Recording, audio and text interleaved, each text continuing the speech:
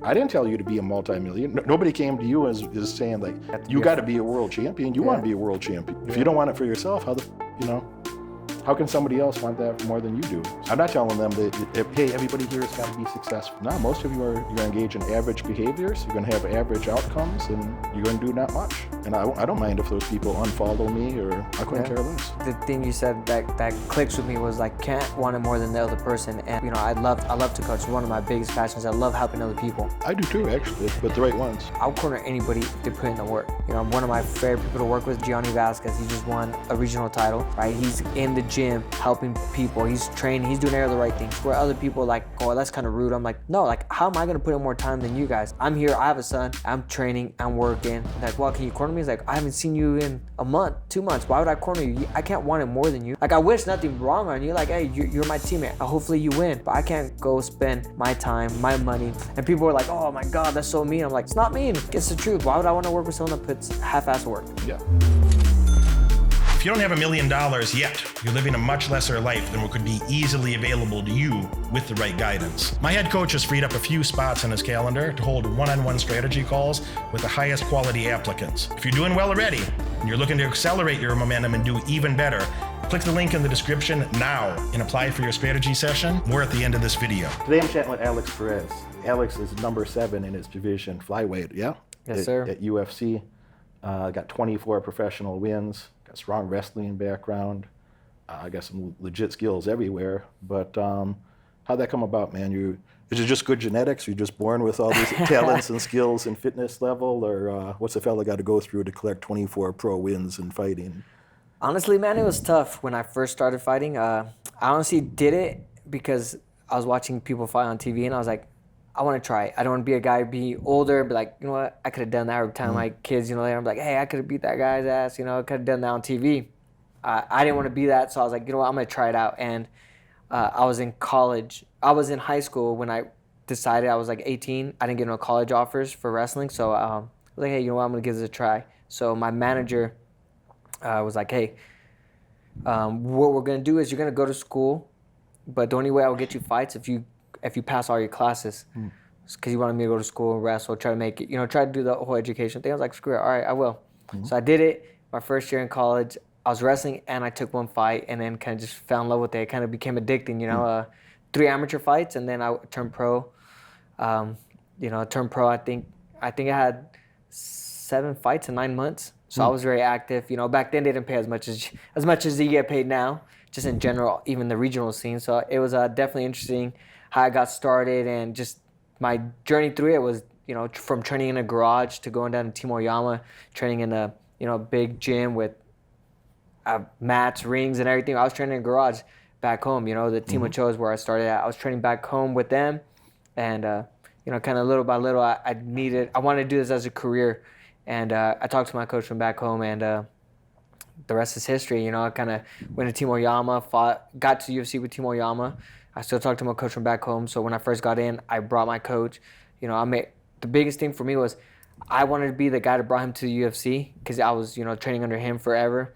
And when I went to Timoyama, I already had I was 7-2 as a pro. So I was like, hey, I talked to the coach, like, look, this guy means a lot to me. He's helped me out. Practices were at his house. And he would come pick me up because I didn't have a car at the time. He'd come pick me up from my house, drive about 10 minutes out to Taji Palace. He lived on the Indian reservation. Take me to practice at his house, and afterwards he'll bring me back home. So for him to do that to me meant a lot. Anytime I needed something, he was always there. Never asked for a dime or anything like that. And he just wanted to see me be successful. And so I wanted to make sure when I moved gyms, I hit it. No matter what, like whether I make it to UFC or not, I want this guy in my corner. At that point, I didn't know if I was gonna make it or not. Kind of just take a chance. And definitely, he's like, Coach Collins, like, yeah, of course. So when I first made it to UFC, I fought in Fresno. So I fought my close to hometown. It was crazy. I couldn't hear my music walking out. A lot of nerves. And he was there for that fight. Brought him out for a couple more fights. Brought him out for my title fight. And man, it's been an amazing ride. A lot of bumps on the road, but he's definitely shaped me to the person I am today. And that's 7 fights in 9 months is crazy. That a normal person doesn't understand what that is. Yeah. And you must have made hundreds of dollars for some of those. People like it's funny because I look at the generation now, and I have a lot of friends that are coming up in the sport, and they're like, "Man, they're only gonna offer me 1-1." I'm like, that means 1,000. I was like, "Bro, that's your second fight." It's like my second fight. I fought for $300, and I had to drive to the place. So I lived in Lemoore. I had to drive to Turlock, find a fairground, and drive back. You know what I mean? So out of $300, how much did I really make? And then that, a week earlier, I got a car towed. So I was like, hey, man, so like people complain now about how much they're making. It's crazy to me. Like I would have wished I would have got paid that much. I fought that many times, and my manager did a really good job of telling me, like, don't worry about the money. It's all about the wins. Like, we're going to get you wins. And I was like, I didn't understand at that time, but I was like, all right. I just literally did what he told me to do. It was like, hey, we're going to fight this guy? Cool, what date? What weight? I fought between 25s and 35s at the beginning. And kind of went all up and down California. Me, my wrestling coach, and my MMA coach, they were just going back and forth, driving up and down. I fought anywhere from down from Santa Monica, obviously in Atachi Palace, all the way up to Sacramento. Anywhere in between where we get a fight, we were fighting. And it was definitely, like I said, some of the funnest times of my life. Definitely enjoy those moments, and brings me gratitude what the UFC has brought me. I mean, flying you out, giving a driver, taking you to a hotel, paying for your hotel, a nice hotel. These lower end shows sometimes can't afford the best hotels. So I'm already staying at like a Motel 6 and eating at a Denny's. And now I'm staying at any hotel here in Vegas that have us out here. It's right now it's New York, and then I'm getting meals out, like going to Texas de Brazil to go eat with my friends and family. So it's definitely a step up from where I was used to, but I'm grateful I went through all that, because I'm definitely grateful for all that. Yeah, I think there's a lot of people out there that, if they're interested in watching fighting or watching sports in general, a lot of attention goes to the top few people in any endeavor, and that makes sense. But looking at so the foundations of that, of how that starts off, and like, you don't build a career like you did for the money necessarily. Like you got to really love the thing. You got to really love the sport that you're doing. I love competing in general. So when I was in high school, my goal was to be a state placer. Because I walk into my wrestling room, even to this day. So I walk into my high school wrestling room. You look on the board. I mean, you see guys that I hung out with, guys I looked up to, and I was like, man, like. So we have a league board, with league champion, you got divisional placers and champions, master placers and champion, state champions and state placers. And every day you're surrounded with that. You walk into the room and you're like, it says wrestle like a champion. Today you're running, doing laps, and you're literally looking at these boards, right? So my goal when I first started was, I want to be a state placer. And I fell short. So my junior year, I made top 16 in the state. So California's only one state tournament. It's not like any other state where they have like 6 different state champs, stuff like that. It's only one. So out of 800 schools, you're the best kid in California. So there's no excuse. You're the best kid. So, first year I made the state tournament, I was top 16. The next year, my senior year, I was top 12. So I was super disappointed. So obviously no offers coming in. And, I was like, I'm going to fight, But I remember just looking at that. I was like, I don't want to stop competing. So I went to junior college, and I wrestled, and then that's when I started fighting. But I just love to compete. People always laugh because like, you hate fighting? I hate fighting. I love the competition. It's always fun punching people, don't get me wrong. It's not the funnest getting hit back, So I love competing. And that's what it's about for me, competing. A lot of people take it crazy serious, where like hate the person. I know some of my friends hate the person. I'm like, man, I've been there with some of the guys I'm gonna fight. I'm like, oh yeah, he's like, oh, I see you have a kid. I was like, yeah, man, here's my picture of my son. He's 2 years old, 2.5 years old. Like, he's doing this, and oh, that's cool. And I have no problem going in on Saturday and punching him in the face. So for me, it's all about the competition. I want to be a better competitor than that person. Do I hate him? No. Do I want him to lose? Yeah. Do I want to win? Yeah. I got to feed my family. But for me, I want to prove that my skills are better than him or that person. Another guy that told me some pretty poignant stories of like his early career is Anthony Smith. And Anthony told me stories he'd be fighting in Nebraska or Iowa. He's from Nebraska. You have to like drive to Iowa for like some random fight in some dude's barn, and you get paid, like you're saying, like $300 or $500, and like, even if you win, it doesn't cover your medical bills, basically, It was tough. Like for me, when I first started, I was doing like I was good in college, but then I was doing odd jobs where I was like man, I went from working in the fields. I worked in the fields for a long time. I was doing garlic. Probably I hate garlic now. Doing garlic 3-4 days a week and then training. So there's times where I couldn't even like punch because my hands would be so sore from cutting garlic. Because you literally have to sit there on your butt, cut the garlic cloves off there, and get a bucket's full, right? So I did that for a long time. I worked as a busser. I worked painting houses. I worked lawn, whatever it was, whatever I needed to do to make money. And the hardest thing for me was not to get a credit card. Never got a credit card though. My first credit card was when I was in the UFC. So if I didn't have money to pay for it, I would not buy it. And I always share the story with like young athletes coming up, like some of my friends and stuff coming up. I'm like, when I was younger, the PS4 had came out, and I was like, man, I want that so bad, And I would fight, and I just won the Tachi title, so I think I made 2-2. I made $4,000. I'm like, man, I'm gonna go buy this. I want it, and I kind of said to myself and thought, like, I had bought a car, everything by that time, and I was like, man, I can pay a year worth of my insurance and not worry about it for a year, and I can use this money for this, pay off a little, like buy things I needed, or I can buy this where probably in a couple months I'm like, I'm over it, I'm not really gonna, I'm not a big gamer. I like sports games, but I'm not a big gamer. So I was telling him, that taught me to go from what I want and what I need. I guess I want this PS5, but what I do a PS4. What do I really need though? I need, hey, pay my insurance, which is, obviously, especially in California, we don't know how to drive. So it's really important you pay your insurance, and things like that. So that's kind of where I started at. My mindset has always been like that. Do I need it or do I want it? And even to this day, I kind of think to myself, people always laugh at me like, man, why don't you buy yourself something? I'm like, man, I don't really need it. I got everything I need. I got my clothes. I got my house. I got this. I got that. I can pay 6 months worth of something instead of buying myself a nice car. I drive a Honda, you know what I mean? Like, I'm a very simple person. So I kind of still to this day. So that kind of taught me going, when I was working those odd jobs and doing all that stuff, struggling to make it, that kind of taught me a little bit of, hey, what do I really need and what do I want? Obviously, yes, eventually I'm going to splurge, but right now it's all about, hey, just saving up for the future. I love those stories. That I grew up poor. My dad wasn't really around. My mom was not a great mom. And, I kind of had one of some harsh motivation in my head of just like, this, like, we got to do better. We're not going to, I don't want to live my life that way, And,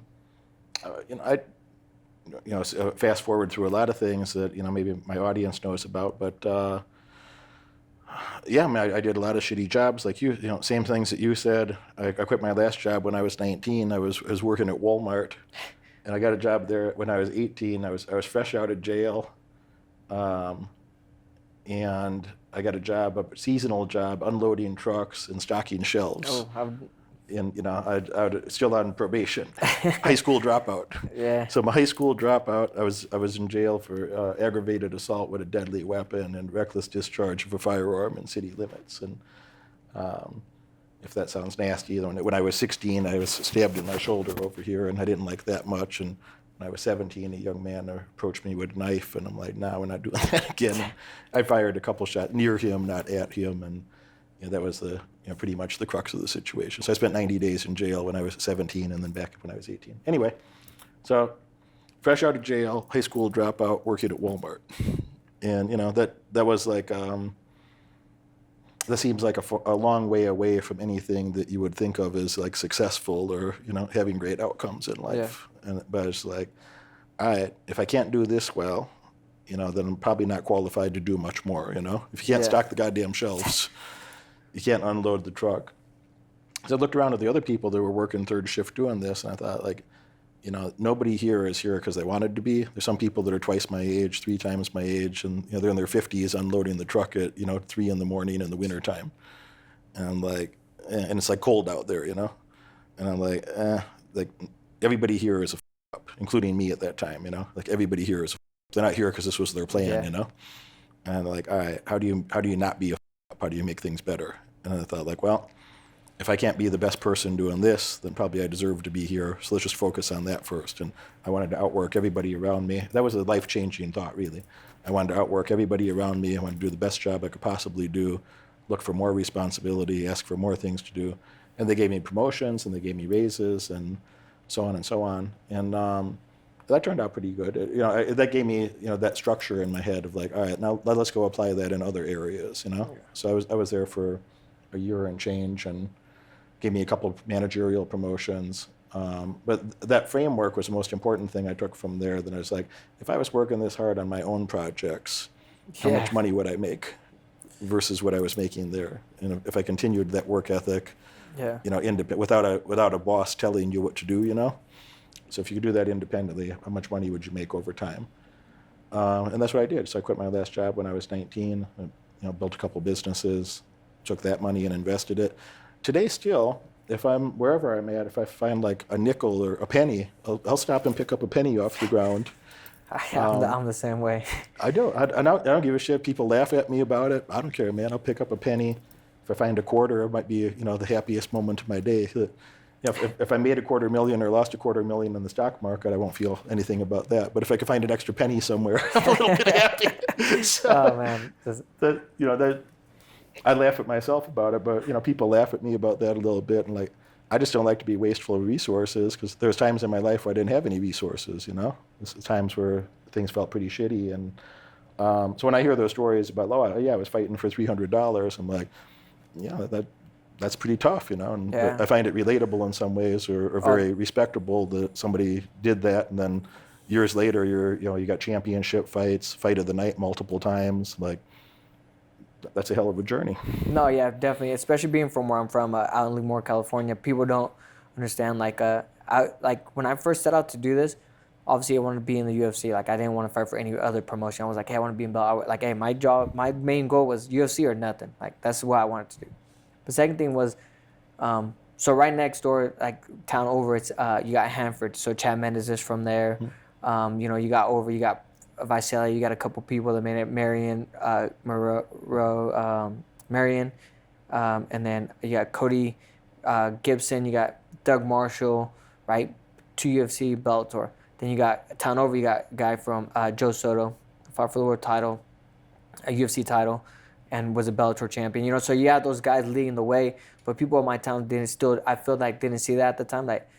Even to this day, I go back home and I see people that I went to school with still living there. Man, or people come back all the time. What are you guys doing?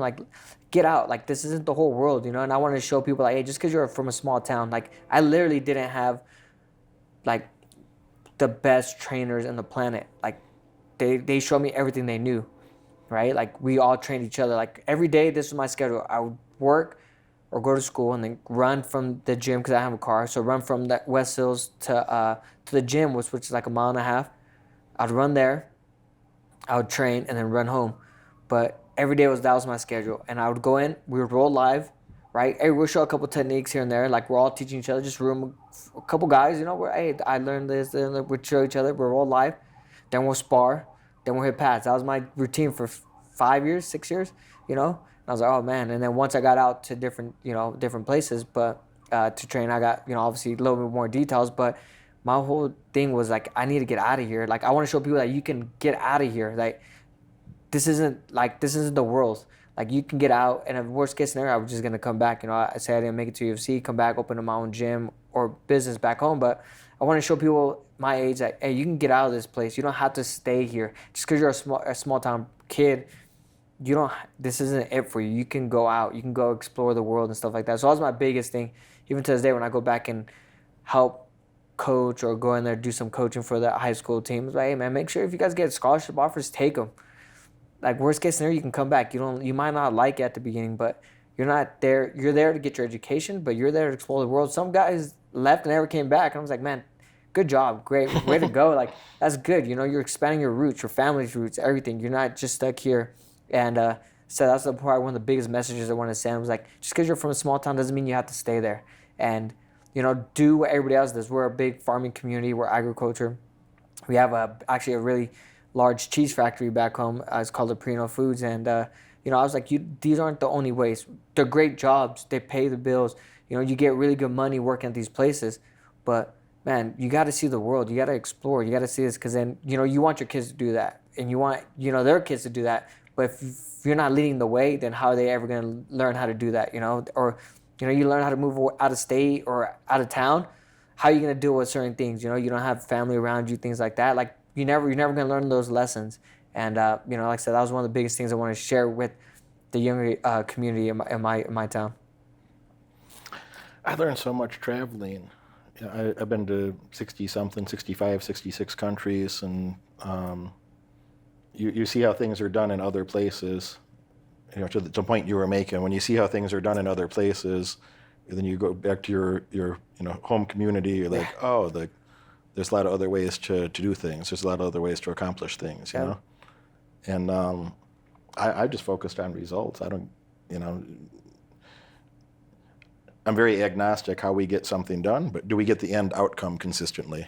If you're winning your fight, you don't give a shit if you won from something you learned in a kickboxing class or jiu-jitsu class, but did you get the W at the end? Do we get the results consistently? And so I think that's a valuable lesson. If you see how people do things in the Asia versus Europe versus the U.S. versus Australia, whatever, that it opened my eyes to other opportunities, other ways to do business, other ways to think about investments. You see how businesses are run slightly different depending on cultures or subcultures and the taste or preferences or values of those people. So I totally agree that the more you could expand out, like see the world a bit. If you're just traveling and doing nothing, you're sitting on a beach somewhere. Yeah. Maybe if you go to other places and learn about the culture a bit and understand the history or traditions or culture, that's very pragmatically useful in a business context. They gave me a lot more confidence to do things in the stock market, to do entrepreneurial things, showed me opportunities that I wouldn't have seen without that. And even college was that way for me. That I started off a high school dropout. Later on I got 3 college degrees, and I went to the best business school in the world. It was ranked #1 when I was there out of 416 in our country. So and maybe that's a good point to make, because like wherever you started, you don't have to stay there, man. That's for sure. It's a lifestyle choice. Like you could choose to, as Alex was just saying, you could choose to go explore other places. You could choose to leave your current community, leave your current peer group, and go see, well, there's other ways of getting things done. There's other ways that you could learn to do better, learn to live a better life or build a better life for yourself. So don't think of like wherever you're at right now. Don't think that that's it, or there's like, oh, I'm just stuck here, Because what if you had that mentality is like, well, I'm making $300 for this thing, versus what you'd be making later in your career. Yeah. No, it definitely, like I said, like biggest thing that helped me get out of my comfort zone was I hadn't fought. So I lost the Tachi title to Adam Antolin. He goes on to be on the Ultimate Fighter. Then I lose to Jared Papazian, so back-to-back losses. And I was already training at Team Oyama, but what I was doing was I was working at a freight company, saving my money for 3 months, and going to live at the gym. And then I got the money for about 3 months, and then I'll take the train back because I don't have a car. So I would live at the gym. My manager would pick me up Friday, take me to his house, and be back Monday because he was doing jiu-jitsu at the gym. Come back Monday, so I do my laundry and everything, sleep in a bed, and then come back, do it again. I was doing that for 3 months. Did that for a couple times, and then I got fights. And obviously I didn't have the money to stay in Irvine. There's no way I was going to be able to find a job, work, and all that, so I would just go back and forth. And then I lost to Jared Papazian. Coach Colin Oyama calls me the next day after I lost. I was like, I was kind of bummed. I was like, you know what, maybe this is it. I'm like, I've at that time I already had 12 fights. I had won a major title at the time, Tachi Palace Fights, one of the best known promotions out there. Had won a major title. I didn't get the call. I was texting him like, hey, I think this is it. Thank you, blah blah. And he called me. He's like, nah, this isn't it. He's like, we're gonna make a fighter house. Pack your stuff, and I'll see you Monday. And I was like, oh, can I stay here? And I was like, okay. And then I texted him, like, can I stay here and make some money for a couple weeks? Like, nah, just come. And then I was like, thought about it. I mean, this is on Thursday, so Friday we had that conversation. So Saturday, Sunday, Monday, I'm sitting there and I'm like, man, I just bought a car. So like, you know what? Literally got all my stuff together and just went down there. And I stayed at the gym for like about a week, and then we got a fighter house. But taking that chance, man, it just opened up the doors. I mean, I'm from a Central Valley, small town, farm kid, but I've been all over the world through fighting. And I would never got those opportunities if I didn't take that chance. And I always tell people, take the chances. Worst case scenario, like your family will always have your back. You know what I mean? Like my family, if I ever was down, they've always, hey man, like you need help, blah, blah, People always have your back. Worst case scenario, if you don't make it or you do fail, at least you failed trying. And 2, you can always go back to where you started. Like, it's not a bad thing. Like, I've seen people have to restart many times, you know, leave and then come back, but, you know, it didn't work out, come back, go again, come back, you know, and finally, you know, they get it right. But they're learning every time they're going. And, like, taking the opportunity, though, like, they don't do that. Like, people nowadays are too scared to fail, especially with social media. Everything's like, oh, well, you didn't make it. You know, I'm like, you know, who cares? Like, go do it. You're doing something to make yourself better or make your life better. And like I said, I took that chance, and literally, I was so scared. I was driving. I was like, man, I should just try. I can turn around right now. And I didn't. And like I said, thank God it worked out for me because, I mean, I've been in the UFC 6 years, 7 years now. You know what I mean? I you know, made good money, made good investments. You know, I'm still working. I still train people. I don't treat like, oh, I can be a full-time fighter. I say, hey, I'm still training people. I'm still doing everything else. I'm still working to other goals I have. But, you know, without me taking that chance at the beginning, none of this would have been possible. I wouldn't be here. I wouldn't be in Vegas. I wouldn't have been in Orange County. You know, who knows what I've been doing. So, like I said, everybody needs to take a chance and worst case scenario, hey, it happens. We all fell at something. I've fell on my face. I've lost fights, but I've come back and won 10 in a row. I've dropped, come back, won 4 or 5 in a row, failed, come back, you know, and fought for a world title. Like, it's part of life and part of how you grow. You know, I looked at your record. I see that you had a stretch, you won 8 fights in a row. You had another stretch, you won 10 fights in a row separately. Got 24 professional wins. You know, fought for the title. Got a couple wins where it's fight of the night that you know, are very notable, and you get a $50K bonus for that. That beats the shit out of $300. Yeah, definitely. On top of your normal prize fight or you know, your purse that you get for showing up and purse for winning. An extra $50K on top of that's a nice bonus. Makes you feel better about that $300 back in the day. It does. It brings gratitude for sure. I bet. But you know, the thing you said about social media stuck in my head too. That there's so many people that they see the highlight reels of things, you know, on television, on YouTube, on social media, and they think that you know, if it's not a highlight reel, that is boring or something, you know. Yeah. And like, it was all the little boring things is what allow you to have those highlight reel moments.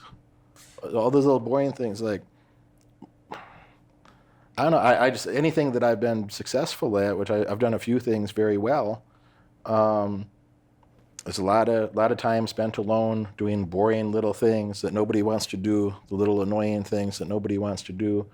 And you know, when I started training martial arts, and I mean, I'm not thinking about it as a career, that's a hobby for me, but you know, the difference between that purple belt or black belt is, you know, spending the time, the little details, smoothing everything out. I feel like everything in life is about the little details, you know. Like not everybody in the sport has not gone where they're at without spending time working, perfecting a jab. The simplest punch, perfecting a jab, or you know, as best they can, putting the time in the reps of learning how to do a double leg, learning how to get out of a submission. It's all those reps that you do, all the little things that people see. Like, the fight is just a finished product. Sometimes it's great, sometimes it's not. Even, like I tell people all the time, I've had some of the best camps in my life and lost. I've had some of the worst camp in my life and lost, right? Like, it's, and won, you know? So it's just whoever's on that day, but it's all the small details too. Like, you know, I did fight for a world title. And I ended up losing, but biggest thing I took from that is like, I was a split, like I did the right defense, a split second too early. Got caught in a guillotine, the guy turned around, get caught in a guillotine, I'm getting ready.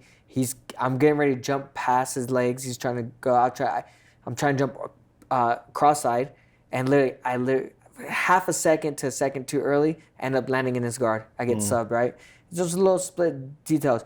At my end, it was bad timing. For his is that split detail that he spent doing that made him win. You know, like, the small details do matter. The small details get you to where you want to be. At my end, it ended up being bad, but on the other guy's end, it was great for him. You know, that small detail he's probably spent maybe an extra 20 minutes on more than I did, you know? It's like, oh, I got it. I could have been like, oh, you know what? Yeah, I should do this. You know, the small details that people don't see, that's what makes a difference in fights and in life and in business. There's a reason why people are so good at what they do. It's not because it falls on their lap.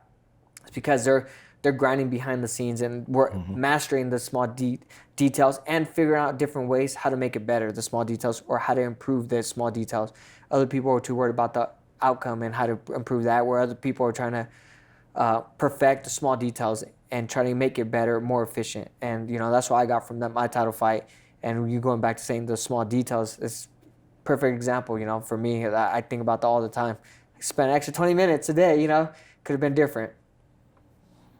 You know, in business, people have these insane ideas. They think about the stock market like a casino. They think about the stock market. They're like, you know, oh, you're a trader. I'm like, no, I'm an investor. And like, oh, what are you buying today? What are you selling today? What are you trading today? Like, most days I don't buy anything. Most days I don't sell anything. But you know, so but you spend a couple hours a day looking at the stock market, thinking about the stock market. Yeah, I do. 7 days a week, every day of the year. Spend a couple hours thinking about, you know, wonder how this might be happening in the economy. How's this thing related to that thing? What would have to happen for this to be true? What would have to happen for that to be true? What are the good things that could happen? What are the bad things that could happen? What are the things I'm too dumb to not know that I don't know right now, but that also could happen that would be good or bad? And all those, it's all the same thought process of what you do in your career. Yeah. And you know, a person that thinks about those things ahead of time, you know, when it's game time, when it's show time, you've already thought through, you have the rule set in your head of like, when this happens, we have to do that. When that happens, we have to do this. This thing we got to take a minute to think about. And there's some things that you have to respond very, very quickly to. And there's some things that you have the luxury of having a little, you know, well, I'll have to think about that. But you have those rule sets in your head that, you know, if you did a good job in your training and practice, you can have very good results when it matters. Yeah. And if you never got started on that, it's like, that'd be like a guy that you know, did none of the training that you've done is going to go, you know, it's not going to end well. It's going to be really bad. Yeah, it's going to be really bad.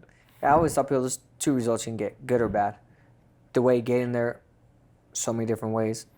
You know, so many different, you know, as for me fighting, so many different ways I can win, so many different ways I can lose. You know, so you got to try to get a handle of all those variables without really having a handle on it, I guess you can say, because I don't understand. I don't know what the person's gonna do. Kind of the stock market, you don't know what the stock market's gonna do. Really, you can kind of look at it. Sometimes it's crazy, sometimes it's not. You can kind of, you know, play around with it. You kind of figure out things. But same thing we're fighting. Like, I don't know what the guy's gonna do all the time. Like, I can look at patterns, but hey, he can change the pattern. You know, so it's kind of like that. Like, people don't understand that those little details. At the end of the day, you got two results, good or bad. Mm-hmm. You know what I mean? It's not really like in between. For me, it's always win or lose, good or bad. It's like, okay, yeah, you know, you got those. So you got to minimize that, and the way you do that is just by studying. Like, say you look at the stock market 7 days a week, even though if you're not trading or selling or doing anything, you're still looking at it because you still want to be prepared of what's gonna happen. Same thing with me. Like, I don't have a fight lined up. I'm still watching fights. I don't like watching fights with a lot of people because I'm literally studying and I'm texting Coach Colin. Hey, Coach, what? And you're watching the fight. Yeah. What would you do? What would your adjustments be in this round? My adjustment would be this, blah, blah, blah, like, blah, blah. He's like, yeah, that's good, but, you know, I would tell him this or that, you know, and I'm always trying to learn, trying to get better at my craft, whether it's coaching, fighting in general. Like, you know, people don't understand. You're trying to minimize as much of the outcome to, you know, trying to figure out things, you know. People don't get that stuff. And people just see that finished product, like, oh, you know, where you lost, haha, or you won, yay. But all those little details that you spent hours looking at, watching film, doing that, no one understands that stuff. People ask me all the time on social media, you know, DMs or sometimes in the comments, Derek, blah, blah, what do I got to do before I get started? You start where you're at. Where the hell else would you start? What do I got to do before? Yeah, Derek, I want to do that someday, but, you know, how much money do I got to save before I can? So, no, wherever you're at, you start right. Where the else would you start? Yeah. What other point in your life do you have access to except right now? So, you know, you got to start taking those little incremental steps. And in business, you know, I don't know, I spent 9 years in universities and I learned a lot of things and they're useful, but that's not everything. Yeah. That's not everything you need to know. And I made my first entrepreneurial money when I was 7. I'm 44 right now. You know, so there's a lot of things I learned from real life stuff, but, you know, the academic stuff helped too. Yeah. And then having coaches and mentors that helped, you know, shortcut that path for me. That I had really good mentors in real estate. I had some of the best teachers you could have in the world for, you know, finance and accounting and stock market related things.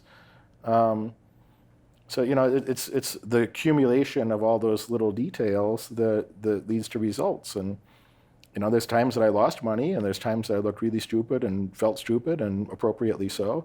There's other years that I made, you know, I don't know, in 2020, in about 18, 20 months, I made about $40 million, you know. $42 million in less than 2 years.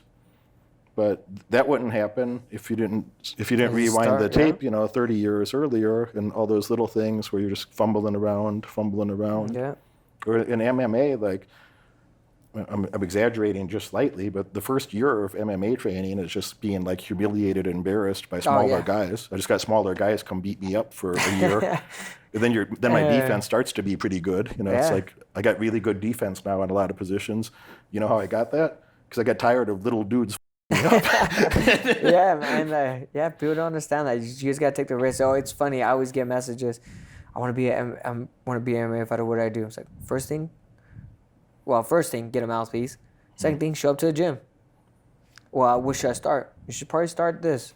Well, I'm older. Like, you're older, you can't wrestle in high school no more. Like, if it's a young kid, like, hey, start wrestling. You know what I mean? Or start doing a background. For me, obviously, wrestling is my first love. I always tell everybody to wrestle. But like when you're older, people, I get messages. Oh, what do I do? Like, you start now. Start right now. Like, sign up to the gym. Go to the gym, local gym. You're a great wrestler those first few months. Oh no, I was getting beat up, and then like, little by little, I got better and better and better. Even to this day, people are like, "Man, you're such a good wrestler." I'm like, "Really? You should see my room. I was probably mid of my room." You know what I mean? But people are like, "Oh, you're this and that." I'm like, "Man, I'm mid of my. You guys got to meet these other guys." I've seen people with better talent than me do a lot less. And I see people with less talent than me do more than I have in college wrestling, you know what I mean? None of them like took up fighting, but in college wrestling they did way more than me, and they were like just work. Same thing. Like I worked harder than a lot of people, and I got to where I'm at. And still to this day, I tell people, no one's gonna outwork me. You put me on a treadmill, I'll outwork them. Put me on a hike, run, like I'll go run in the mountains right now. Let's go. You know what I mean? I'm gonna outwork anybody. And I'm not the best athlete, that's for sure. People watch me do the ladder. My strength and conditioning coach, Corey Beasley, used to do the ladders to warm up, footwork drill. Yeah. I was like, dude, you got to stop this. So I'm getting pissed off. Like, I've messed up the ladders. Like, I'm just going to run. So he finally started, like, all right, we're going to do shuffles, do all this and that. But I'm not an athlete by far. My son's mom, she always makes fun. He's like, oh, hopefully our son gets my athletic genes. Like, yeah, I don't have any. I just work my ass off. I push the envelope. Like, I'm going to be the last one. I'm the first one there. I'm the last one there. I'm not scared to grab a mop the mat. I'm not scared to do anything like that. Like, I just put in the work. I work my ass off every single day. Weight room, wrestling room, sparring. I don't like losing. I was sparring with somebody and he tapped me out, right? And I think it was like second round.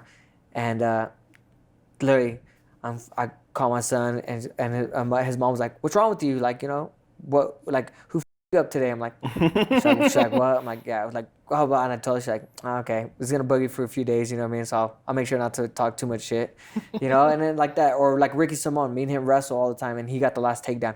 I go home, I get pissed. I'm like, you got a lot of people like, "Why are you so competitive?" Like, because I don't like to lose, and I know that I can get, you know what I mean? Like, I'm just that competitive. I work that hard. Like, I don't like to lose. Even though like I can go wrestle an Olympian, and I would be pissed if he took me down and whipped my ass, because I work so hard to get where I'm at, or to master my crafts, Like in wrestling, I feel like I'm one of the best wrestlers. I'll wrestle anybody in the world. Are they going to beat me? Who knows?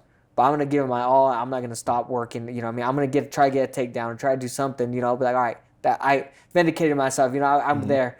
But yeah, like I said, I'm not the biggest athlete, the best athlete, but I just work hard. And I feel like a lot of people miss that. Like a lot of guys DM me, "Oh, how do I get started?" Well, you go in there and work hard. Get in there and start. You got to start now, right now. Today's the day, or tomorrow. Hey, get in there, do it. Sign up, go as many, like, this will be my training schedule. Like, start slow. Go in there every single day, do a class, and then start making a whole training schedule, And people are like, well, how many fights you got to UFC? I was like, well, it took me 20 fights to get to UFC. I've seen people get in there with 6. So kind of different tell you, like, it's a lot just different. People want the shortcut, and I was like, you can't get shortcut in. You got to start now and work, and got to know at the end of the day, you might not get to the UFC belt or whatever it is, but you might not. It's all about how hard you work. I think people looking for those damn shortcuts is the biggest thing that holds them back from real success. Instead of just accepting a process of like, oh, I got to go grind through that process like most anybody else, and you're going to have to do more than them if you want to do better than them. And when somebody's like, when they spend their time, they spend their energy, their brain power looking for a shortcut instead of just accepting the process and like getting those key foundations and then building on it. more people have destroyed their success looking for a shortcut than have become successful in real life. Oh yeah. If they don't see the path how they can get a lot of big results real quick, then they don't want to do it. But if you don't get started doing it, you'll never do it. You'll never be successful at anything if you won't tolerate those moments of feeling frustrated, feeling embarrassed. I had. You know who Mike Brown is, probably. So yeah. Mike Brown came over. Andre Arlovsky trains with me pretty frequently. Andre is a good friend. Mike Brown comes over, trains with me, and he's showing me this, a pretty unique choke that he was playing with, and I was doing pretty good at the time. I was, on my way to a purple belt and feeling pretty good. And I'm not defending hard. I'm using my arms only. I'm kind of hand fighting him, but I'm laying on my back, just hand fighting. Not moving my body around, not trying to stand up. So there's a lot of things I could have done, Yeah. But I think to myself, I'm 100 pounds bigger than this guy, and I know he's more talented. I know he has better skills than I do, clearly.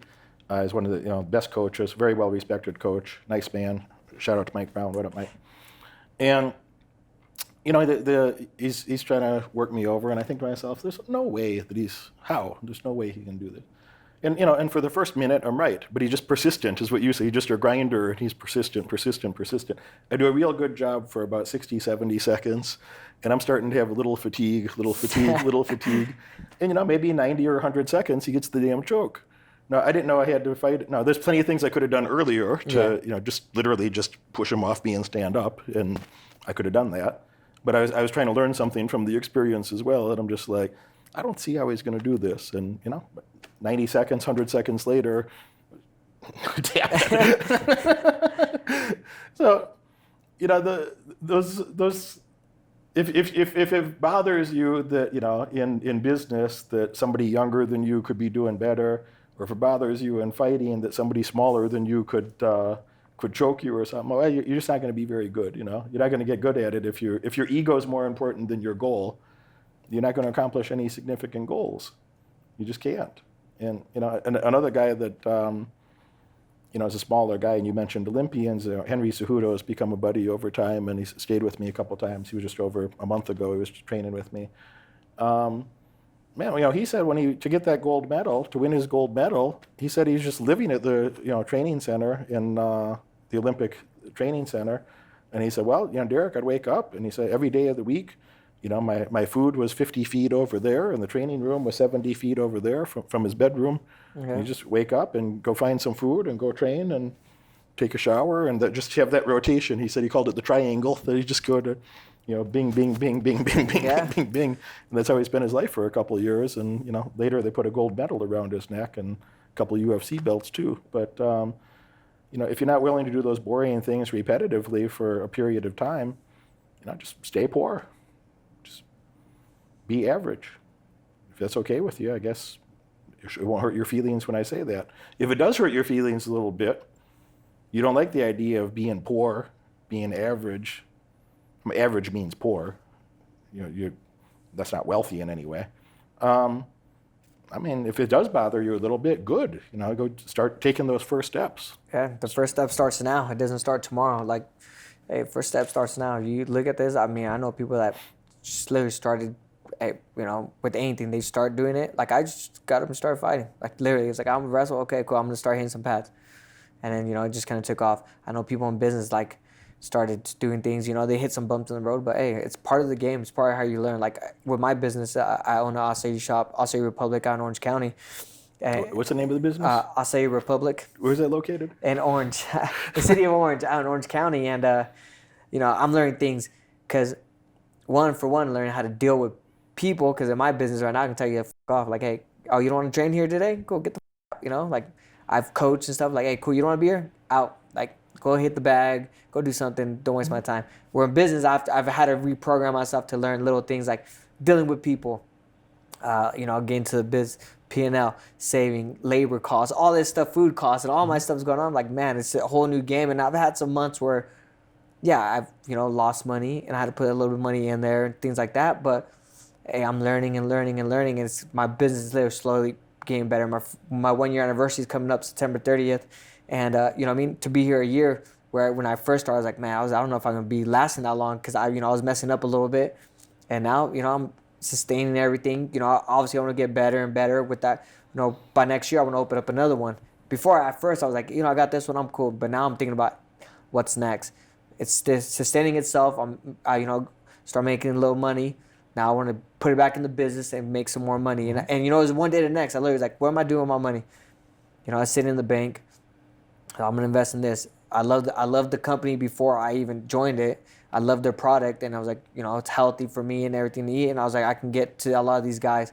And literally, it was one day to the next. I was like, sat down, talked to some of my friends, and next day I was calling them, hey, how do I become a franchisee? You know, and I was going there, and I just took the chance, and it's worked out for me. I've had some bumps in the road, but hey, it's part of it. It's gonna happen, whether it's whatever you're doing, business, life, you know, hobbies, whatever it is. You're always gonna have bumps in the road, and it's taught me to get over it. You know, like different ways to get over it. Because before it's like fighting, I could just go punch a bag. With business, like, oh man, I'm getting a little frustrated with like doing P&Ls and, you know, learning how to like manage people and things like that, scheduling, doing all this stuff, learning the business in and out. And I've been frustrated at times where I'm like, you know what, I don't know if I can do this anymore. And then take a day and all right, let's get back to it. How am I gonna fix this problem? And just little by little, I've gotten better and better and better. I'm still getting better, still learning new things from, you know, my friends that own businesses and things like that. I'm always asking questions. And like I said, hopefully, you know, hopefully by next year, year 2, I can open another one. And, you know, at first I didn't think it was possible, but now I do. I'm, you know, learning little by little, getting better at the small details of managing people, scheduling, food costs, food orders, what's coming in, what's coming out of my shop, you know, things like that. That before I was like, whatever. And then now that everything's on the line, I'm like, okay, let me get down to the nitty gritty, spend some time doing this, you know. And every day I'm looking at numbers, how we're selling, what times we're doing good, what times we're doing bad. Hey, should we close the store earlier? Should we keep it open longer? Things like that, and just making a world of difference. It's making a world of difference in my shop. Mm-hmm. All those little details matter, and, you know, like you're saying, looking over the boring profit and loss statements. Nobody wants to do that shit, but that's where all the information is that's going to help you make decisions. So like, you know, what do you got to do with, you know, price points? And I heard you say it's a franchise business, so some of these things you might not have direct control over. But do we need to make pricing adjustments? Are ingredients going up? Is inflation affecting the cost of labor, cost of ingredients? That we got to do some, you know, pricing adjustments of what you can afford to sell something to an end consumer to make a fair profit and want to stay in business, you know. And a lot of that information is going to happen of, you know, the collecting the right data to look at the profit and loss statement, and thinking through the, you know, the other social implications of, you know, managerial decision making, et cetera, of who should be here. Some people shouldn't be at your business. Yeah. You know, I've had people that I've worked with in the past that, you know, you might think for a moment that they're important to the business or something and be like, oh, I need somebody to help with this, this, and that. But if somebody's not doing things the way you want it done, you're literally better off to get them the hell out of there. You could make more money without them than with them, that they cause more problems than they create value sometimes, you know. So you don't want the wrong people around you. And I think about business, but, you know, the way that you would think about running a gym of like, if people don't want to show up and do what they're supposed to do, so that's cool. Go do anything else. Yeah. Leave today and go do anything else. Somebody else will be happy to be here. I tell fighters all the time when they're like, hey, like, oh, like I'm kind of going through the motions, and I'm like, hey, man, get out. They're like, what? Why? Or like when I'm teaching wrestling, like, hey, if you don't want to be here, don't be here.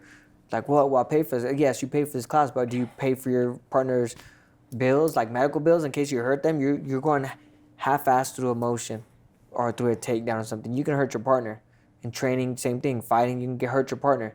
Like, if you don't want to be here, I'm not forcing you to be here. You're a grown-up. You're a grown person. Don't come. I'm not forcing you to be here. Like, if you're coming here because, oh, well, so-and-so told me to come, like, hey, great. But if you don't want to train hard, work hard, do the grinding stuff, get out. I tell people all the time. People look at me. I've covered practices, and I've told UFC fighters, hey, I tell them, hey, practice starts at 11, you get 5 minutes. Sometimes shit does happen, you know? But you should be early anyways because you should be warming up. But, you know, sometimes you run like, you know, I understand there's traffic, there's accidents on the road, especially in Irvine, there's always accidents. You have kids, you know, something happens. I understand that. So you got 5 minutes, you know, respect my time or respect yours.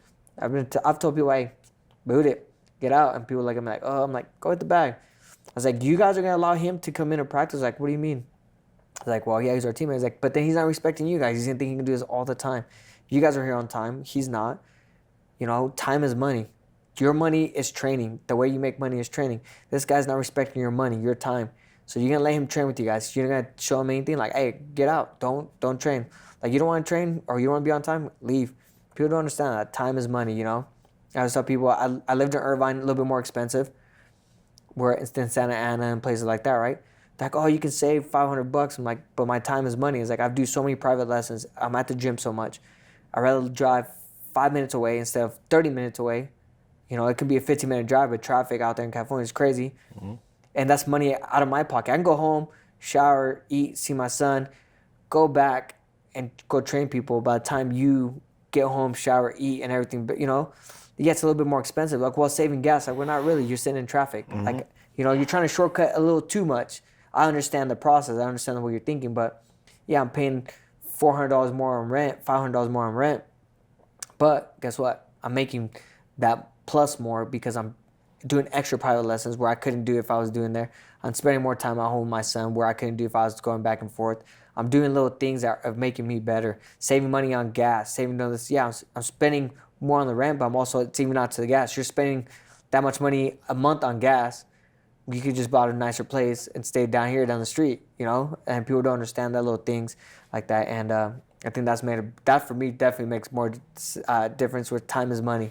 I never understood that until I started making money and I was on people's like, oh, you want an hour private lesson? Cool. How much? $80? Oh, okay. Wait, I got to go. Sorry, I can't do it because I got to drive 20 minutes home. I got to shower. I can't do it at that time. I apologize. So then when I started doing more private lessons, I was like, I got to live closer. Gives me more opportunity to make more money. You know, an hour, get paid $80, you know what I mean? I was training, I had a group of 6-7 people. They were paying $30 each, and I was just running through a practice. And you know, that's money like that, 3 times a week. Boom. I was doing private lessons. I was doing 5 to 6 private lessons a week. But I was able to do that because I live closer to the gym. Because some people are like, hey, I want to be there when no one's there. And they're embarrassed. They're not as good as they think they should be. And like, I want to do this on my own. Well, I can't do that if I'm living 30 minutes away. You know, so I made that sense to me. Hey, money is time. Time is money. Like, I got to change that. So that's why I ended up living in Irvine. But I tell these guys all the time, like, you guys got to start thinking like that. That's how you make little adjustment, a little bit more a month. You know, eventually becomes more and more. You know, related to what you're saying, is like once in a while, an imbecile makes a comment. Like, oh, Derek, don't be so mean, or don't, you'd have a lot more followers if you weren't such a jerk, or things of that nature. Man, I got over 4.1, almost 4.2 million on Instagram and whatever. I wish 95% would off. I do. I'm not even talking to them. I'm trying to talk to the 5% of people. Those are my people. Those are the people that I want to spend time with. Those are the only people that I want to have as a client. The only type of people that less than 1% of the people would I be like excited and happy to spend time with, like one-on-one time, helping them with their business, helping them solve problems. You don't want every asshole in your gym. You don't want 100% of the population in your gym. Nothing would happen. Yeah. Nothing would happen. Like, I just want to help a few people. I have, people I do interviews with. I want to help the whole world. I want to help 1 billion people change their life. I don't. I don't want to help 1 billion people because there's not 1 billion people on earth that are really that serious about helping themselves. There's not 1 billion people on the whole earth that they're not serious about it. So like, I think about it very much like, some of the best gym managers and coaches think about it as like, I can't help somebody that don't want to help themselves. I can't be more dedicated to somebody's success than they are. If you don't want to show up for your own success, if it's a burden for you to show up on time, like, cool, man, don't come. Like, if it's hard for you to go through my little mentoring courses, like, if you think that's hard, try to navigate like a serious recession or like global crisis, and your whole net worth is at stake, and your reputation and your whole life circumstance. Like, you think it's hard to show up and do a little homework? You can't work 20 hours a week. You tell me you want to be a multimillionaire, but you can't put in 20 hours, 25 hours a week. Like, I didn't tell you to be a multimillionaire. Nobody came to you as saying like, you got to be a world champion. You want to be a world champion. If you don't want it for yourself, how can somebody else want that more than you do? So I'm not telling them that, hey, everybody here has got to be successful. No, most of you are going to do average shit. You're going to engage in average behaviors. You're going to have average outcomes, and you're going to do not much. And I don't mind if those people unfollow me, or I couldn't care less. The thing you said that like I that clicks with me was like, you know, if you can't want it more than the other person. And when I had my son, because I was cornering a lot at Team Oyama, I was traveling a lot, cornering fighters, and I love to coach. It's one of my biggest passions. I love helping other people. I do too, actually, but the right ones. Yeah, exactly. So when I had my son, I remember having a team meeting. It's like, look, some of you guys, like, I'll corner anybody if they put in the work. You know, one of my favorite people to work with, Gianni Vasquez. He just won a regional title, and he's one of the kids that, like, man, he's going driving us from Orange County down to Carlsbad to go wrestle twice a week with the coach he hired. Right, he's in the gym helping people. He's training. He's doing all the right things. Where other people like that, they had left the gym, like, you know. But they were there like, oh, that's kind of rude. I'm like, no, like, how am I going to put in more time than you guys? Like, I'm here, I have a son, I'm training, I'm working, you know, and I'm still coaching people, and you guys can't show up to these. I'm saying, like, yeah, you got jobs. Your job isn't always the day of wrestling. Like, you can, you know, like, you want to wrestle, there's one day we wrestle Monday, Wednesday, Fridays. People weren't coming at all. Like, well, can you corner me? It's like, I haven't seen you in a month, 2 months. Why would I corner you? I can't want it more than you. Like, I wish nothing wrong on you. Like, hey, you're my teammate. Hopefully you win.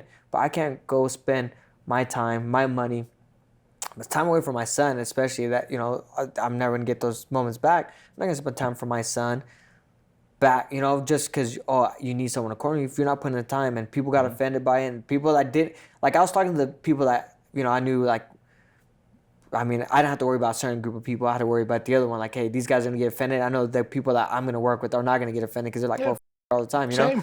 And people were like, oh, my God, that's so mean. I'm like, it's not mean. It's, you know, like, it's the truth. Why would I want to work with someone that puts half-ass work? Yeah. You know what I mean? I don't put in half-ass work at anything I do. What makes you think I want to work with someone that does?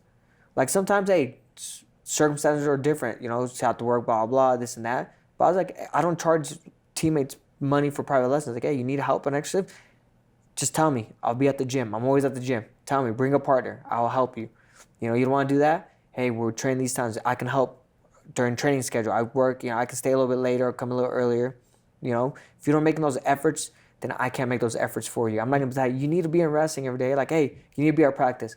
You know, well, you know, I'm okay, cool. I'm just telling you, you have to be at practice. You don't have to show up. Like, practice is at 11. Come or don't come. But I can't make you want to come. I can't make you want to be better. I can't make you want to win. I can't make you want to run on the track. I can't make you cut weight. I can't make you do anything. You have to want it. It's funny because people will be cutting weight. Like, oh, I can't do it. Oh, I'm this and that. I'm like, okay, so you're saying you're done? You know, I'm like, okay, we're done. Well, you're not going to make me? No, you're a grown person. Why would I make you, you know? Like, it's not my job. My job is to help you, motivate you, yes. But to force you, no. I'm never going to force anybody to do something they don't want to do. If you don't want to work hard, we're not in the same lane. I like a lot of people that, you know, like, I like them. They're good people. Not my cup of tea. You know, I'm not going to be around those kind of people. I would say hi, help them if they need help, to ask me for help, you know, ride something. Yeah, of course. You know, they're my teammates. Or were my teammates at the time. You know, these are people that had left. So they were my teammates. But I'm not going to sit there and force them to do anything. It's like, hey, you want to be here? Practice at this time. You know, I'm not going to force you to do anything. People don't understand that. Like, why am I going to sit there and coach people that don't want to be coached? It's a waste of time, waste of my money, waste of my energy. It's like, I'd rather spend my energy on people that want to work hard and want to be successful, want to be better. You know, and people don't understand that nowadays. Everybody thinks, oh, they deserve this. Like, no, you don't deserve nothing. You know? Totally agree. This idea of deservedness or entitlement has gone to such a preposterous place that, like, you know, mostly politicians and marketers have put it in the head of normal people that you're supposed to have, you know, some glorious outcome just because you're you. You were born. You were born, so you deserve to have the best the world has to offer. No, actually you don't. You know, there's behaviors that a person could engage in, they could choose to engage in. They could make a lifestyle out of engaging in industrious behaviors that over time would lead to a lot more wins than losses. That over time that would lead to high quality outcomes. There's other behaviors that if you engage in, you almost assuredly will be a loser. You will be a loser in life. You will have far below average outcomes. And that's life, that's just reality. So, you know, reality shouldn't be a controversial thing. And it's something I really have a lot of respect for the martial arts communities and the fighters is like, you guys don't get to lie to yourself about reality too much. You got to have some pretty harsh introspection and be like, well, I thought I was training hard. I thought I was doing the right things. But, somewhere inside you got to know, like, I got to find a way to do more. Either got to go, find a new career, or I got to find a way to do even better, to do even more, and to outperform your previous self, to improve yourself. So you have to have, I don't want to spend time with anybody that doesn't have, something of an obsession about, escalating their commitment and escalating their excellence to do better over time, I'm not perfect, man. I never met a perfect human. We could spend days talking about all my failures and mess ups in life. I had plenty of mess ups, made plenty of mistakes. I'm not ashamed of this. You learn from things. Some of them is because I was young and dumb and didn't have good mentors. So I went out of my way to go earn my spot, to have good coaches, good mentors, to make myself useful to others. So high quality people were interested in helping me as well because I was useful to them and helping them with something. So you earn your spot in the world. And if you're going to engage in loser behaviors, like, just expect to have loser outcomes. You always got to be leveling up. People are offended when I say that loser thing. You know who's offended? Losers. Yeah. If you feel some negative emotion when I say that word, it's you I'm talking to. It's you. But that's a lifestyle. The good news is this: you don't have to stay a loser, bro. You don't have to stay that way. You could change your behaviors. You could change a few thoughts in your head. And if you change your thinking, you'd probably change your behaviors. And if you change your behaviors, you'd probably change your outcomes. So this is a lifestyle choice. But if you don't take those first steps today, as you said, the time to take the next step is now, not sometime in the future, maybe. It's like you got to go do the thing now. And the people that do that, they're going to have, and do that consistently, they're going to have great outcomes. And just one other note I would make based on something that you said that motivation word. I don't try to motivate anybody to do much anything. But I can't be more committed than them. So plenty of times I'm not motivated. I wake up and I'll be like, I don't really feel like doing whatever today. This thing, I'm going to go do it. I know I'm going to go do it. But I might not feel like it. I might not feel motivated. And don't worry about your motivation. Worry about your level of discipline. Discipline is the thing that helps you get things done on the days you're not motivated. So it's a joke in my house. Like, if I told my girlfriend, like, hey, babe, once a month I do. I might say to my girl, like, hey, I don't feel like doing blah blah blah today, and we just laugh, and we're just like, she knows I'm going to go do it. Yeah. I know I'm going to go do it, and I just laugh and be like, well, the success gods don't care about my feelings, the money gods don't care about my feelings, man, but they do reward good behavior. If you engage in the right behaviors long enough, you tend to have really good outcomes. I always tell people all the time, like, hey, just because you're sick, just because you're going through a hard time, just because the car broke down or everything, the world don't stop. Bills are still paying in, bills are still collecting. Money's still being, you still got to pay things. You still got to do work. People always feel sorry for themselves. And that's the worst thing. Like, don't get me wrong, I've had some bad luck the last 2 years with fights and everything. People are like, well, how do you go over it? Well, knowing that, hey, tomorrow I still got to pay my damn bill. Hey, tomorrow I still got to go to the gym. Hey, tomorrow I still got to work. People are always like, oh, well, I'm going to take a couple of days. I'm like, hey, a couple of days might be too late. Let's keep working. Just, hey, it's not bad to feel sad, bad, or, like, shit happens all the time to everybody. But for me, it's like, it happens, but you still got to keep working. Like, you'll find time to, like, okay, you're home finally after working. Like, okay, I can now, like, kind of, debrief, come like, oh, shit, okay, I had a shit day, whatever. But, hey, you still got to keep working. You still got to keep going. Just because something happens, bad happens, the world ain't stopping. Bills are still being laid up. You're still going to have to pay everything you have to pay. People are like, well, I'm sick. I don't feel like, I was like, hey, guess what? You still got to work.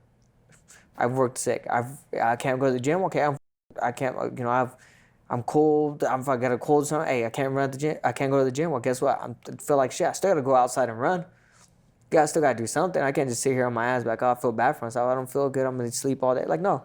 I'm going to go run. Then I'll come home. Then I'll sleep and get back, get up and run, People want, when something bad happens, they want everything to stop. And it doesn't stop. The world don't work like that. And it's crazy to me when I see people like, oh, my car broke down. I can't go to work. You ever heard of your feet? You can walk. I used to walk to the gym. I used to have a skateboard. I used to ride my skateboard to the gym. You said. Yeah, run to the gym. Whatever it takes. Like, you can like, well, my car broke down. Can't make it. Bus. I used to take the bus. When I was younger, I was getting ready for a tournament. I lived in Lemoore. I had to take the bus to Hanford. So I'd run after school to the corner, because the bus was like maybe like 5 minutes, probably like a 10-minute walk. So I had to run to the bus. I have my bus pass, get on the bus, go all the way to Hanford to town over, and then get off, and then go to practice because I want to get extra work in. So, you know, like I was trying to make it happen just because I didn't have a car. I was gonna be like, well, my mom didn't pick me up today. Like, no, I want to go. But, hey, mom, can you pick me up after work? I'll be here. Okay, cool. Pick me up after work. You know, she worked down the street. She wasn't gonna come all the way back before to pick me up. She said, hey, yeah, you want to do it? I'll give you the bus pass, buy it for you. You can go and you can run, get there however you get there. But, you know, if you want it, I'll help you. If not, it's like, it doesn't bother me. It's not my career, not my wrestling, you know, career. So, you know, so I tell people you can't just stop when something bad happens. You gotta keep going. It's not like, oh, this and that, end of the world. You gotta keep going. I had a couple of thoughts about that sort of thing, that like, there's people out there that for their career, they're not even taking it seriously. Like MMA is a hobby for me. Weightlifting is a hobby for me. Like, I don't make money doing that. I spend money doing that. I spend money. Yeah. It's a hobby for me. And when I think about that, I think like, I'm taking my hobby a lot more seriously than most people are taking their career, their primary thing that, you know, pays for their life. Yeah. And I think how crazy that is. Like, I'm not saying I'm so great. I'm just saying, like, if you're doing that, you're messing up, dude. If you're doing that, like, how could you be great at something, or, you know, even in the top 1% even, if like there's people out there, there's little women, there's small women out there that are outworking you. Yeah. You know, there's guys out there that are taking their hobby more serious than you're taking your career. Like, that's just not what it looks like. That's not going to be a successful path. Like, you got to be thinking, like, what else can I do? What else can I do? And just to, you know, exemplify or you know, put a little color to the story of what I'm saying is, like, when they closed the gyms down, you know, in 2020 during the area, they say, you know, for your health and safety, you can't go to the gym. And, you know, whatever you think about that, you can know what I think about it already. But I thought that was insane. But, you know, I also didn't have the enough space at the time, you know, to have my own gym or something. I'm just like, well, this is great. So I made a lot of money in the stock market. That was fantastic. I made good money in my business. I made great money in the stock market. I made good money in real estate as well. I was buying real estate when people were rioting in the same city and police cars were upside down and on fire a couple blocks away. I'm like, oh, this is a good time to buy real estate. Like, nobody wants it right now. Yeah. And either the whole city is going to go to hell, or probably they're going to come to their senses and get rid of this nonsense, and property is going to be expensive again, you know? Yeah. So I made hella money during that time, but I also got fat, and I didn't want to be fat. And so I thought, like, well, how are we going to fix this? And how can I make sure that it's fixed in a sustainable way, that they can't, like, close my gym down to take the gym away from me, which sounds ridiculous. It's like a man in his 40s, like, the government's going to take my gym away. I can't go to the gym, it sounds ridiculous. I should never thought of that in my whole life, but they did it, you know? Yeah. So I just built my own gyms. I built my own MMA gym. I spent about $4 million on training facilities. Like, I built my own. I bought properties. I destroyed the properties. I renovated the properties, and I have a large weightlifting facility that's fantastic. It's like better than the PIs. Like, and not to disrespect their facility, but the weightlifting components. I have a professional weightlifting gym. I have a great MMA gym. Hired the best coaches in the world from both of those areas. You know, multi-time Mr. Olympian champions, so many UFC champions and top contenders, and, you know, the Hall of Fame people. And then I created that as an accountability mechanism that, like, it don't matter what kind of mood I'm in. It's like, you know, if I'm during my training schedule about 19 days a month, you know, Chuck Liddell, Hoist Gracie, Glover Teixeira, you know, Claudia, people like this are waiting for me in the other room, and it's like, it's time to go train. Yeah. Am I going to wake up and tell Chuck, you know, hey, I got a little headache today. My tummy hurts a little, Chuck. That'd be interesting. No, my stomach hurts. How embarrassing, you know? Like, you would never say that. It don't matter. I don't even bother to tell them if I'm feeling sick that day or something, or they have some other problem. I don't even bother to talk about it. Just, you know, maybe at dinner, like at 11 p.m. when we're having dinner after we trained 4 or 5 hours and lifted weights and whatever else happened during the day, you know, maybe then I'll mention, man, you know, if I was a little off earlier, I had a really bad headache I had to work through today, you know, but I'll try to I'll make sure I get a good night's sleep and try to do better tomorrow, So I might give them some context at the end of the day, but I don't say a word about it. You showed up and worked. I don't say a word about it until the day is over, then maybe I'll mention it. Maybe I won't. Carla, I know Carla Esparza is a friend of yours. Yes, and yes. I'll tell you a story about Carla. So I wrote Carla. We know each other, but we're not ultra close. When I was in the audience, I was in the front row when she won her title the second time. And so I was excited for her. I was happy for her. I sent her a little text message like, congratulations. It required no response. It didn't require, it's not one of those things like, oh, I hope she writes. Required no response intentionally. Just about her, congratulations, well earned. You deserve it. It's something simple like that. And, the next morning, maybe 10 hours after she wins her belt, she's writing me back in the morning. And I thought, well, that's thoughtful of her. So we were back and forth a little bit, and I wanted to be very respectful of her time and her celebration, but she'd keep writing back, and I'm like, so I just called her quick and I said, hey, why don't you come do an event with me, and speak at one of my events. I know you've been busy training and you couldn't come in the past, but could you come speak at one of my events? I'll pay you too. Happy to show my respect for you to show up and make it worth your time to show up. And she's like, yeah, I'd love to. So I told her a couple dates, and she's like, well, I'm going on my honeymoon. I'm getting married. I'm going on my honeymoon. She's like, you know what? Let me cut my honeymoon a day short and come to this thing and make it to your 4th of July event. This is 2022, which is also coincides with International Fight Week. Yeah. The event was in Vegas. International Fight Week was in Vegas. It's a big deal for the UFC fighters to be there, So she cuts her honeymoon short. She flies from Ireland to London. Her flight gets canceled from London to LA. And then she's serially tormented for like 24 hours of like delay, cancellation. And she would have had a couple nights in a row, probably 3 nights in a row where she slept 3-4 hours per day, sometimes in an airport, and, she's pretty tired. Little Carla, who's what, 5 foot? Is she 5'1" even? Yeah, she's about 5 foot tall. Yeah. Little Carla, which I say very respectfully, by the way, but a small woman out there, she's how much complaining you imagine that she would do about that? Knowing Carla, probably none. None, just nothing, just very objective. Like, hey, this is my situation. I'm sorry, this is my situation. What do you think we should do here? And it was just a series of disasters for her. And I got to be on stage 10 hours a day, so I'm running an event and dealing with all the behind the scenes things. But she's 100%, just a team player. These are the facts. This is what I'm trying to do. If you want me to do something different, give me some guidance and we'll do it and we'll make it happen. Eventually the problem gets resolved where she's going to end up showing up to Vegas about 8 hours later than we had originally planned. I reached out to Valentina Shevchenko. I asked Valentina, and I know she's going to be very busy too. She's champion at the time. I told her the situation, just briefly, bullet points.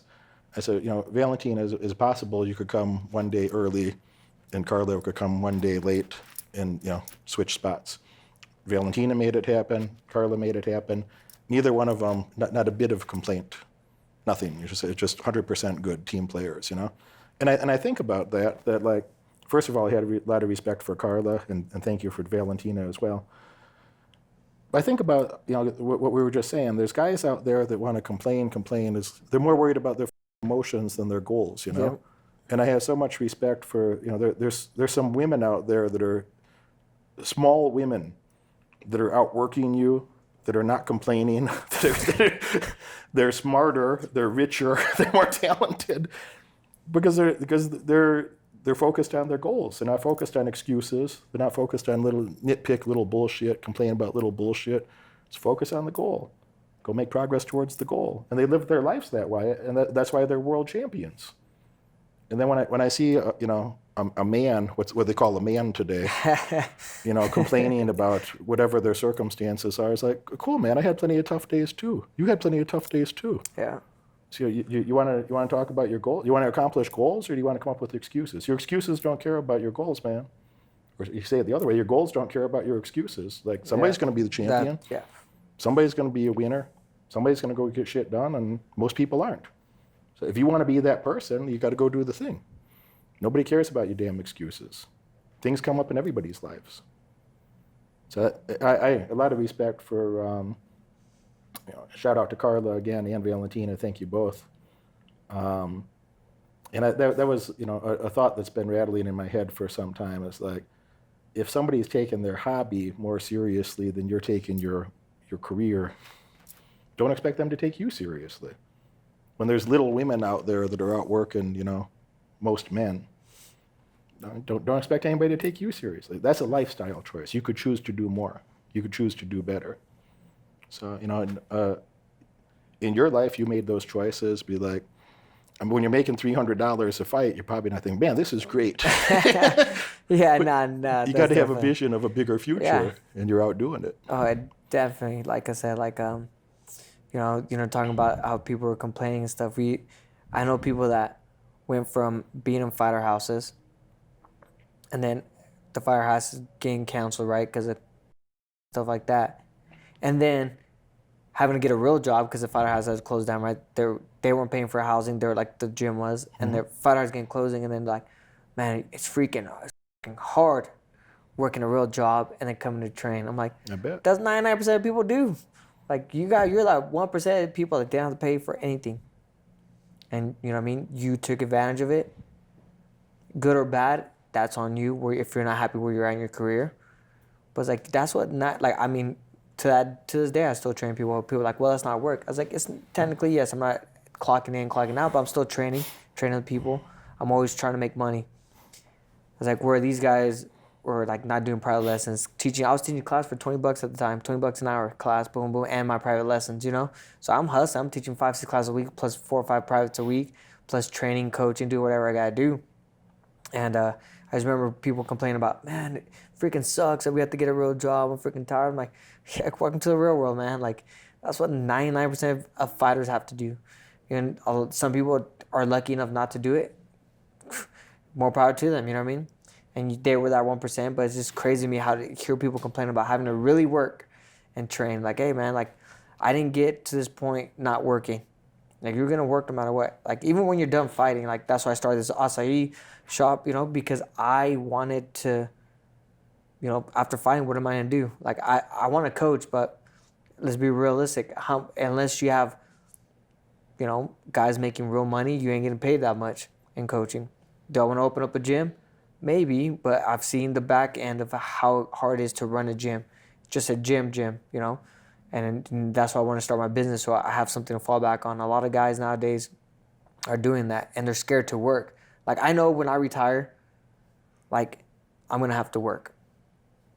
How hard is determined what I do now. So I'm setting up myself for the future. That's opening this business, less coaching, things like that, because I can open a couple of these stores and still coach and still be okay, like, am I going to still have to be working? Yes.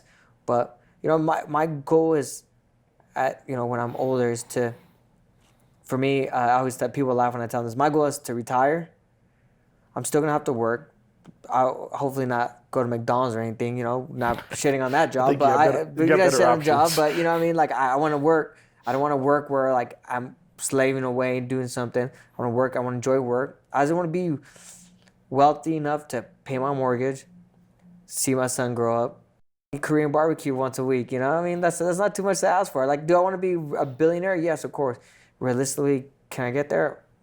I don't know, but I want to set my goal as, hey, I want to retire at the age of, 40, just run my shops. I'm going to open a couple of shops, run my shops. And, the little work I have to do, P&Ls, things like that, micromanage little things here and there. But I don't really have to get up every morning at 8 to 9, do all that. That's why I'm doing all this hard work now. People don't understand that.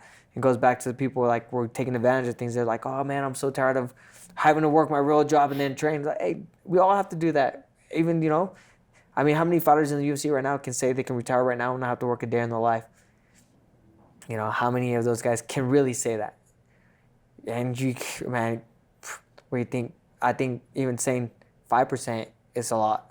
You know what I mean? And that aspect, to retire and not have to do a thing in their life, where they pay their houses paid off, everything like that. You know what I mean? It's not, like, I'm saying realistic goals, and it always comes back to these kids, I always laugh because I'm like, oh, I don't want to work. It's like, you're always going to have to work. If you're in this industry, you're always going to have to work, whether it's coaching, just how hard you're going to work later on in life. It's going to be determined what you do now. And they don't, a lot of people don't seem to understand that. Like, you have to do that now. The hard work starts now, so ease your, future. You're still going to have to work, but not, I mean, man, I don't want to go back to working in the fields. I've seen, when I was working in the fields, I remember some older ladies, they're probably like in their 50s, whooping my ass, like fucking chopping this. I'm like, dude, they're carrying bucket after bucket after bucket 10 feet in front of me.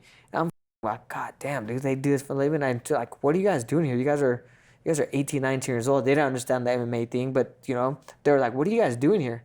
Like, you guys are 18, 19 years old. Go to school. Get the out of here. Like, get out of here. What do you kids are here. Like, you think this is fun? We're here because we have to be. Like, you guys have an option right now. And that made me think, like, oh, man, so as hard as I'm working back then, I'm working harder now. And I'm going to work hard to, establish something in the future. And I always go back to these kids from the fighter house. Take advantage, good or bad, depending on how, where they're at in their career, or if they're happy or not. I shouldn't say where they're at, if they're happy or not.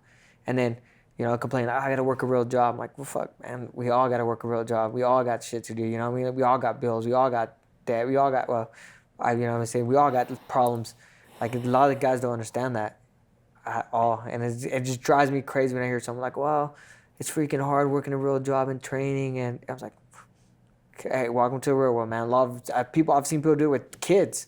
On top of that, these guys don't have kids. I've seen them do it with kids. And it's like how hard they worked, and these guys can't do it with just feeding themselves. So I'm like, phew, you guys are crazy.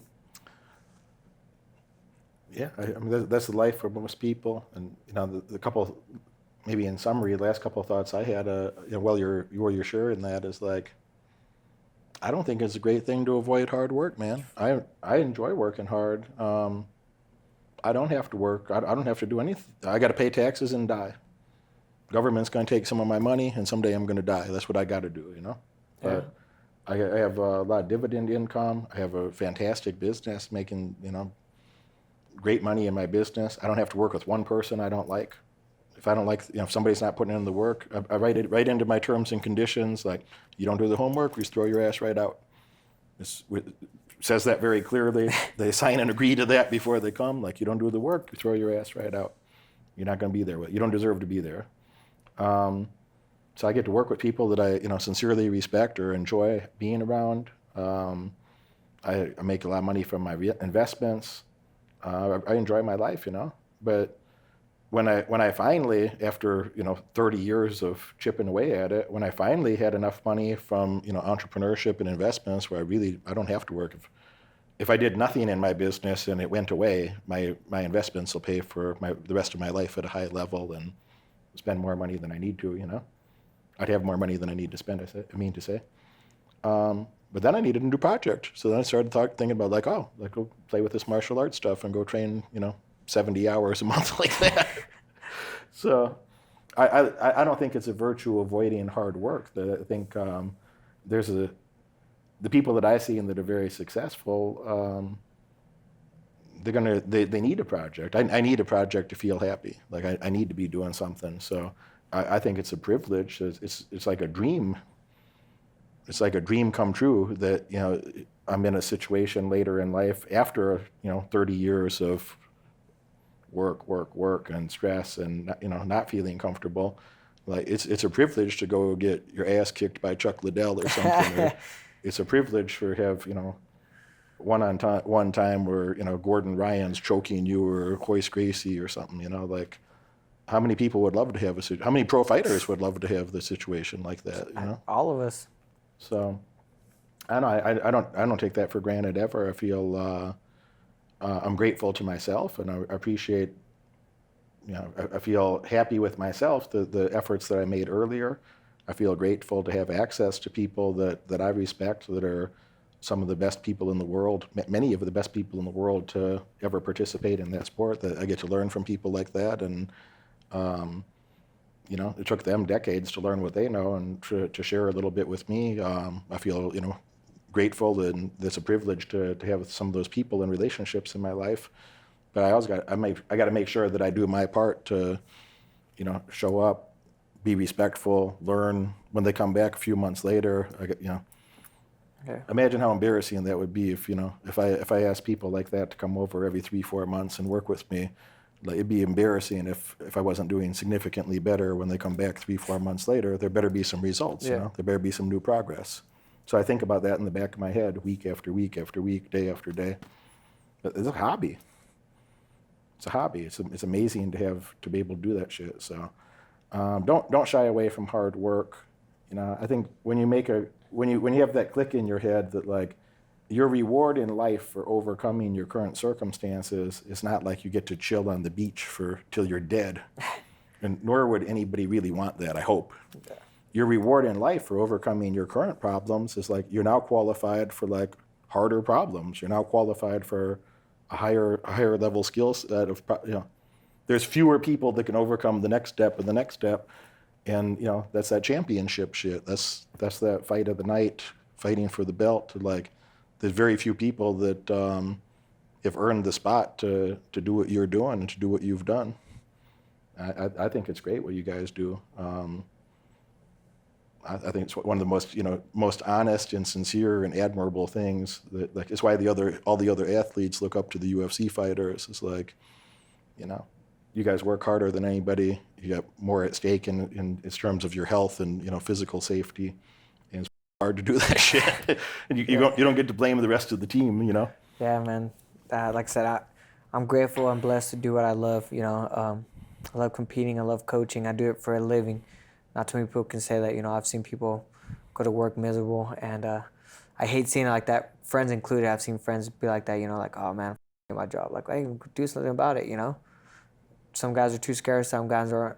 I took the leap of faith, and I packed my car, moved to Orange County. I didn't know I was gonna be where I'm at today. But I did it, and then God's worked out for me. But, like, I'm blessed. I'm grateful for any opportunity I get. People laugh. Because I went from, fighting my first fight. I fought in a pizza parlor, behind a pizza parlor in Fresno, California. You know what I mean? To fighting in Fresno for the UFC. To fighting, my hometown, made my debut. To fighting for a world title. Those are experiences and things that I'll never take for granted. And just my hard work got me there. Like I said, I'm blessed to do everything. Everybody always tells me, like, you're so lucky. He's like, lucky? I worked my ass off to get here. There's no such thing. Like, there's some luck in it. Where, like, timing and stuff. I got my shot on the Contender series and things like that. That was a little bit of luck, and that's having a good manager. I've been with my manager since I was 18 years old. I'm 31 now. You know what I mean? If you weren't well prepared for the situation, would they put you on the show? Like, no. I mean, they might have been like, you know what I mean? Or I won, took the advantage. Like, yeah, it was timing. I got a little lucky on the timing that I was already in camp, getting ready for another fight. I had 2 weeks to make weight. You know what I mean? Things like that. It took advantage of that. But it's not luck that got me there. I was doing all the hard work. My training schedule stays the same year round. The reason why is because I always told myself, in case a short number of fights comes, I want to take it. When I was first in the UFC, the first year under Zuffa, I fought 5 times. Right? Because I was always in the gym. I would fight, I'd win, boom, go in there, you know what I mean? Now, it's a little bit harder when you're ranked, but I'm always training, always in shape in case something comes up. Like, I'm always down to fight. People's like, well, rankings this, rankings that. I'll fight down. Hey, sitting on the couch, I always tell people, I don't make money by sitting on the couch. I make money by fighting.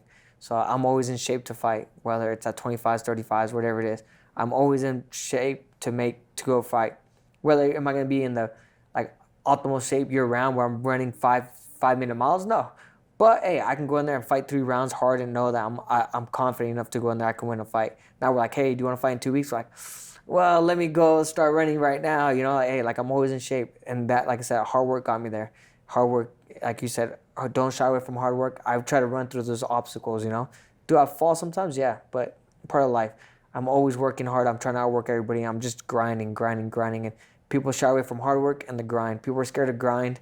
Even in MMA, I always tell people are so scared to wrestle in MMA. They don't like wrestling. I'm like, dude, it's grinding and it's hard. That's why people don't like it. People want to strike and everything. It's like, I always tell people, if you're that good at a striker, you're probably doing kickboxing or Muay Thai or be a boxer. You know what I mean? Like, there's a reason why you're doing MMA. I'm not saying you're not good at those things, but you're not. I mean, people are like, oh, Floyd Mayweather. It's like, hey, guess what? You're not Floyd Mayweather, man. I'm just telling you a little bit, Or Conor McGregor fights with their hands down. Conor McGregor is Conor McGregor. You're, like, oh, you're Alex Perez. Yeah, I'm fighting my hands up. You know why? It's cool to see Conor McGregor put his hands down, miss a punch by an inch, and guess what? I don't have those reflexes, and I'm not Conor McGregor. So I always tell people, like, you got to grind through things.